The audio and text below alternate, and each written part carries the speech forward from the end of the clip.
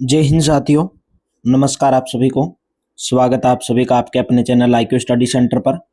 आज की क्लास में हम देखेंगे 22 जून 2025 के इंडिया करंट अफेयर्स के मोस्ट इंपोर्टेंट क्वेश्चन।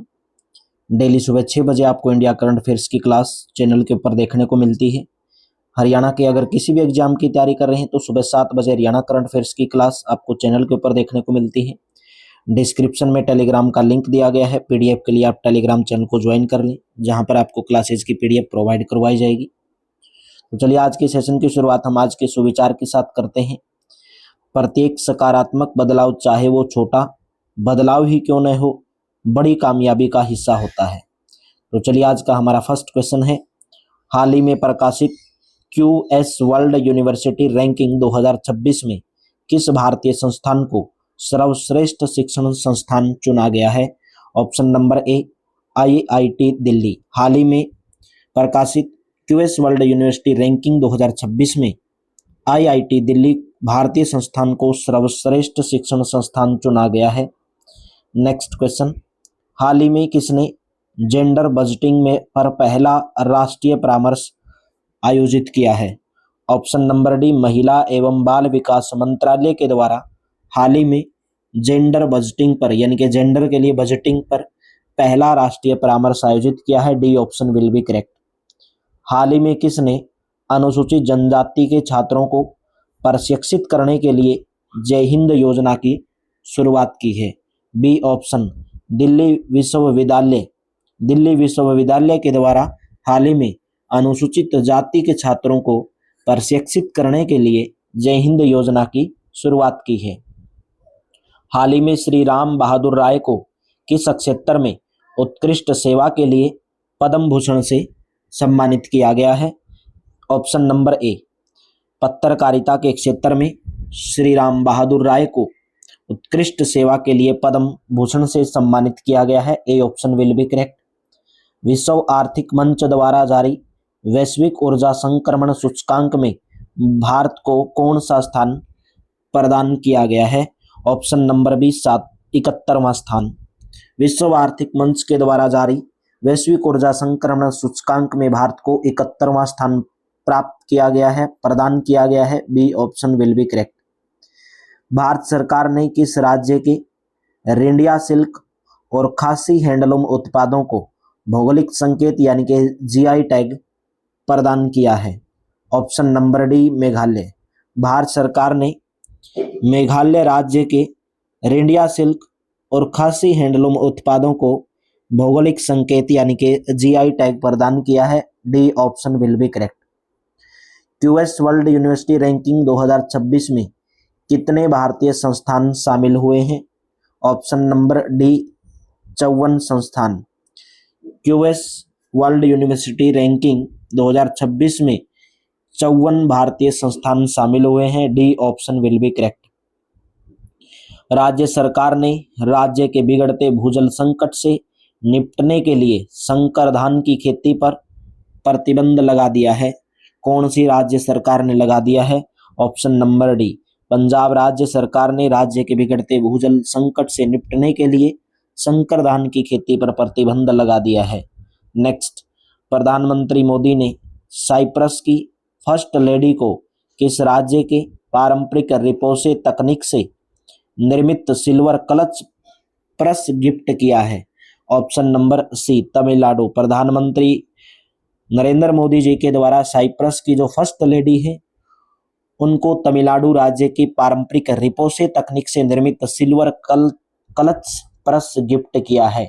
नेक्स्ट है, प्रतिवर्ष किस तारीख को विश्व शरणार्थी दिवस मनाया जाता है?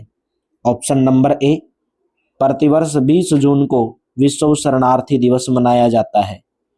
भारत पिछले 5 वर्षों में बिजली उत्पादन क्षमता में सबसे तेज वृद्धि दर्ज करने वाले देशों में कौन से स्थान पर रहा है?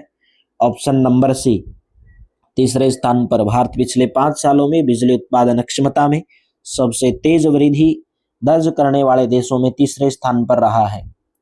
किस उच्च न्यायालय ने प्रदूषण से निपटने के लिए पहाड़ी क्षेत्रों, शादियों, भोजनालयों में एकल उपयोग प्लास्टिक पर प्रतिबंध लगा दिया है? ऑप्शन नंबर ए केरल उच्च न्यायालय ने प्रदूषण से निपटने के लिए पहाड़ी क्षेत्रों, शादियों, भोजनालयों में एकल उपयोग प्लास्टिक पर प्रतिबंध लगा दिया है। A option will be correct. वित्तीय वर्ष 2025-26 के लिए कितने लाख करोड़ रुपए का जेंडर बजट आवंटित किया गया है? ऑप्शन नंबर ए 4.49 लाख करोड़ रुपए। वित्तीय वर्ष 2025-26 के लिए 4.49 लाख करोड़ रुपए का जेंडर बजट आवंटित किया गया है। A option will be correct. विगत 3 वर्षों में वैश्विक सौर ऊर्जा उत्पादन दोगुना होकर कुल विद्युत उत्पादन का कितना प्रतिशत हो गया है? ऑप्शन नंबर ए 6.9%।